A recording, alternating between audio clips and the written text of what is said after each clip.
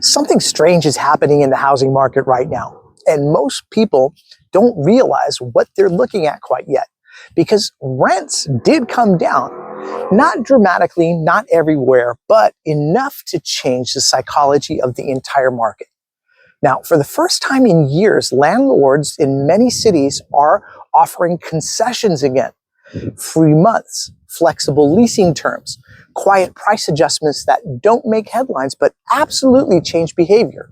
And at first, that sounds like relief in an affordability crisis that has households squeezed from every direction. But when rents soften at the same time, borrowing costs remain high. And when vacancy rates rise, even while the population continues growing, when multifamily supply hits the market while household formation slows, that is not a normal cycle. That's the housing system adjusting to growing financial strain it could no longer hide. Because what we are seeing right now is not just about rent levels. It's about the limits of what ordinary incomes can support inside a financial system built on housing debt. Now, over the past several years, developers financed enormous amounts of multifamily construction when interest rates were near historic lows. And at the time, capital was cheaper, demand looked unstoppable, and the assumption was simple: rents would keep rising. But housing markets don't move in a straight line. They move in lagged reactions. Projects that were approved in 2021 and 2022 are still being completed today. Entering a market where the cost of living has risen faster than wages, household budgets are stretched thinner, and younger renters are delaying major financial commitments. And that creates something unusual here because supply arrives on schedule. Demand, though, does not. And when that happens, rents stop behaving the way that they used to. We are now seeing vacancy pressure build in markets that were considered bulletproof at one time, just a few years ago. We're talking about places like Austin, Phoenix, parts of Florida, even markets that experienced massive inbound migration during the pandemic boom. And they're all now seeing concessions quietly return. Not because housing suddenly became affordable, it still has a lot of pressure as far as that's concerned, but because the pool of renters able to absorb constant price increases is smaller than it was projected to be. And that's the difference between projected demand and actual demand is where structural housing stress begins to appear. And once that stress appears in one layer of the housing system, it rarely stays contained. Because landlords are not just dealing with slower rent growth. They are dealing with rising insurance costs, rising property taxes, higher financial costs, maintenance expenses. They've all increased so much, so dramatically. And when operating costs rise faster than rental income, something has to adjust.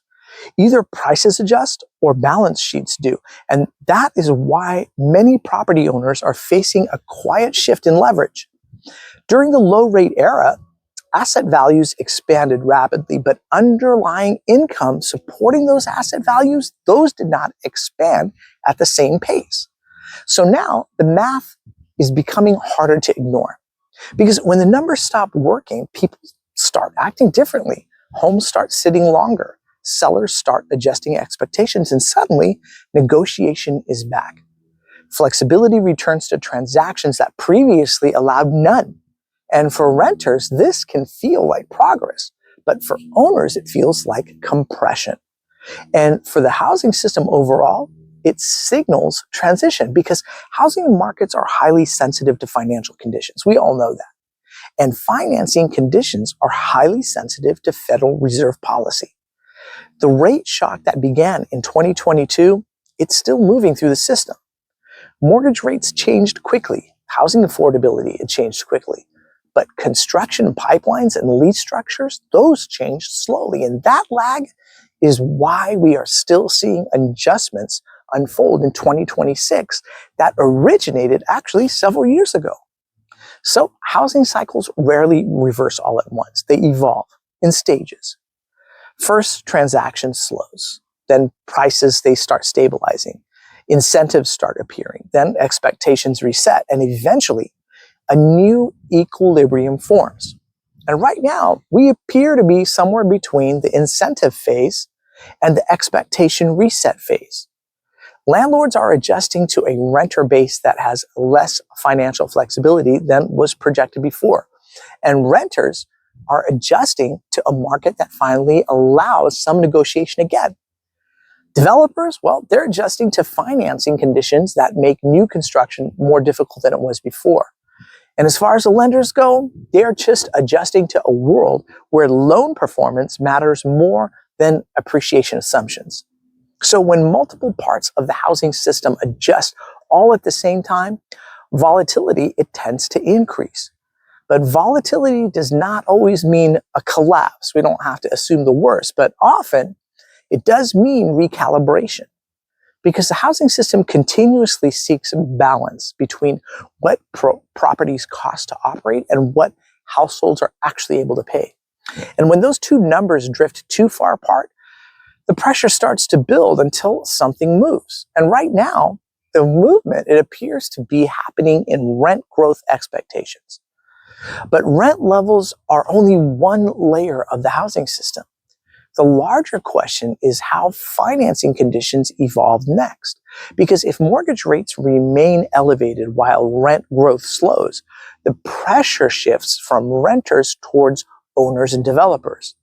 And when that pressure shifts inside a leveraged system already, behavior, it changes quickly. Construction is going to end up slowing. Listings will increase. Negotiations, they're going to become more competitive and expand. And incentives, they're going to become more creative. So we're already seeing the beginning of all this, the early signs of this in builder strategies and loan structures.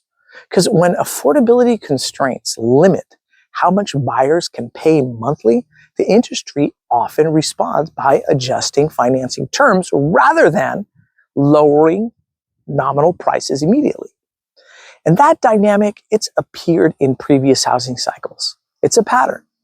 And it may appear again because the housing system tends to preserve price levels when possible, even if that requires increasing complex mortgage engineering.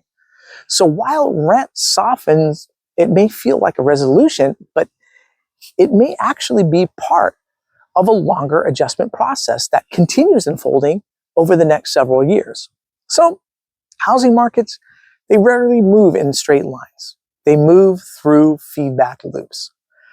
Changes in financing conditions influence demand, changes in demand and in pricing power, changes in pricing power influence developmental activity, and that developmental activity influences future supply conditions. And each phase, it just sets up the next.